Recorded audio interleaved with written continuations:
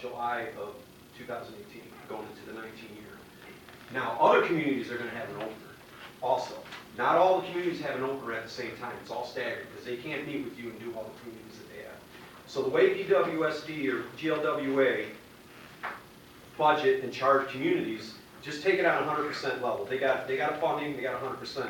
So if we get a discount, someone else is going to get an increase. Everything's got to balance out.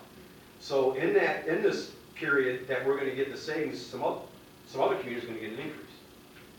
So in the next couple years after that, other communities who have their opener and adjust their numbers, it'll be our turn to get an increase.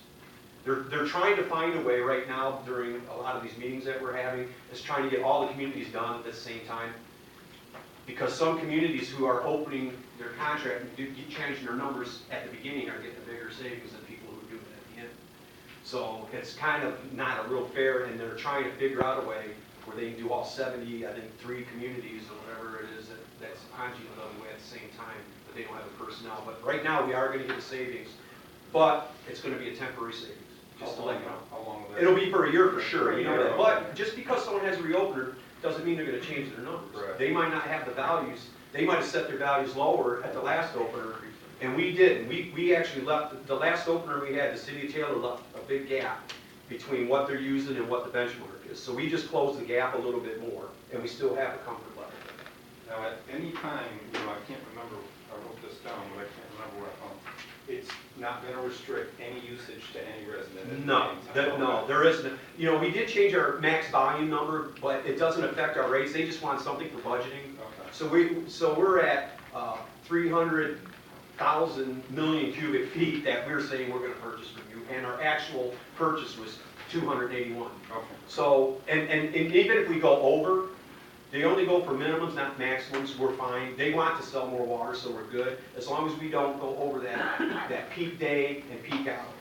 Now, if we do go over that peak day and peak hour for some reason, they do send you a letter and they give you an opportunity to, like if you had a fire that on the same exact day where they decided that, and you show them records from the fire department that we had a big fire, it will not affect our rates because it was something that we can control. So they do that for you. But because of our historical data, we still got a pretty good comfort level. And hopefully by the next opener, their models will plateau, because right now we're still at a downward trend of water use. So we'll see this savings possibly in the budget. You will see the savings in the fiscal year for Detroit July 2018. Okay, that's when the savings Or start. 17. No, 18, I'm sorry, this is December. But we'll see It'll the be the actual July savings around the budget time in Yes. April of 19. It'll be our wholesale rates where we'll see the savings. Okay. It isn't going to be retail rates, it'll be our wholesale rates. Right. Quick question, did they boost the pressure down weeks ago? They always are boosting our pressure. We actually have pressure maximums and minimums in our contract. And I can tell you right now, I use they have what they call WAMR. You get on their website and you can see what our pressures are in each one of our meter pits at any given time. And it gives you like 5 minutes, every 5 minutes. And every time that we have a water main break or several of them, the first thing I do is check the WAMR. They have never been over our contract limits yet. They have been close, but they have not violated our contract by boosting the pressure up over our contract limits. It was Southgate a month or so ago along Allen Road had several main breaks. And I checked that, yeah, and we were. Well, I know when I was working here, we had an issue where they had it too low. And we couldn't even get the stone walls to work at municipality. Yeah, I think the minimum is 20 PSI, which is statewide. That's in a significant. Anything below that. So where are we at?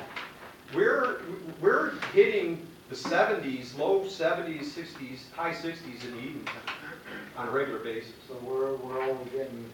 Our average is probably in the 60s. We're Which only is pretty getting good. 55 maybe in the homes. That's still good pressure, yeah. Yeah, because it reduces because the But size out of of the fire. Farmington, it's 78 in the homes. Yeah, like just to give an example, my house where I live, I had to put a pressure reducer on it because it had too much pressure. And it was ruining my washer, my dishwasher, and things like that, so I had to reduce the pressure. Obviously, the shell's faucet on your head. That's what happened. That's when I put the reducer, so it's your leak. It's not that funny. Looks like, hey, Rick, looks like your questions are pretty good too. Wait for it. Is there any other question? Yes. Keith, I wanted to make sure I understand that we're paying based on our allowable usage, not on our actual usage, is that what this means? No, we're paying, You're already able to recognize the savings based on what we're allowed to use?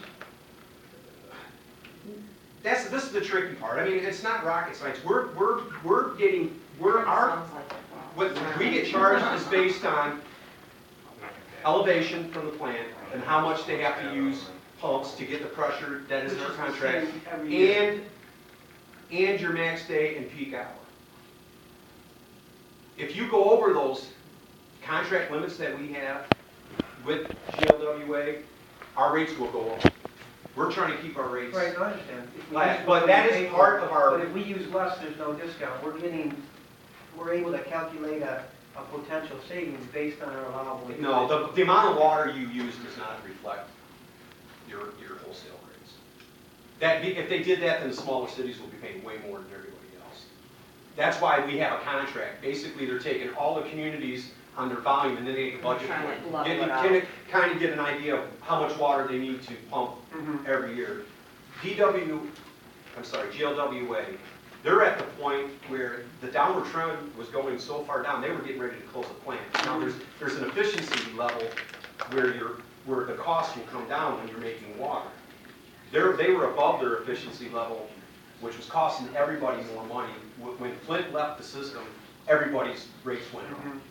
And they still don't have a contract with Flint yet. I think that a judge is forcing them to make a decision here pretty soon. So that would still hit me. But I did ask them, if Flint gets it back on board, are we gonna get a reduction in price? And that's- Okay. Any other questions on this? All right, thank you.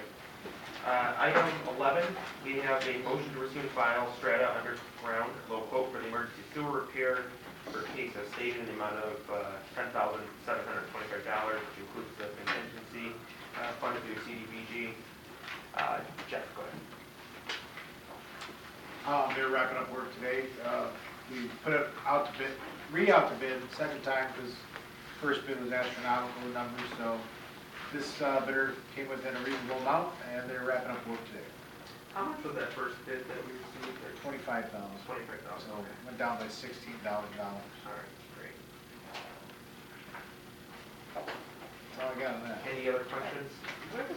What was the exact location? It's a 9,000 block Clippard, Wicked Clippard. Any other questions on this one? All right, going on to item 12, which is a motion to approve authorizing the mayor to sign a purchase agreement on behalf of the city of Taylor for the sale of the parcel as stated in the amount of $750. Any questions for the administration? So he's been, Yeah. he technically hasn't owned it, but he's been paying So- taxes on it? No, he's been maintaining it. So what happened is we've owned it the whole time. Okay. It's happened before in our realty transition contract where he bought the house, but it was two separate parcels. He thought he was getting both, but he didn't. Okay. So it's already fenced in, he's already been mowing the lawn, you sign it, watering it. For, I think he said 6 years, and he just realized that he doesn't own it. So, So he has our parcel fenced in. and it was bought, Isn't there a law that states if you maintain something for so long and nobody says anything about it, that, you know, you basically can fight that? after so long, yeah, I don't know, I haven't looked into it, but he's willing to pay $750, so hopefully we don't get it. Yeah, yeah.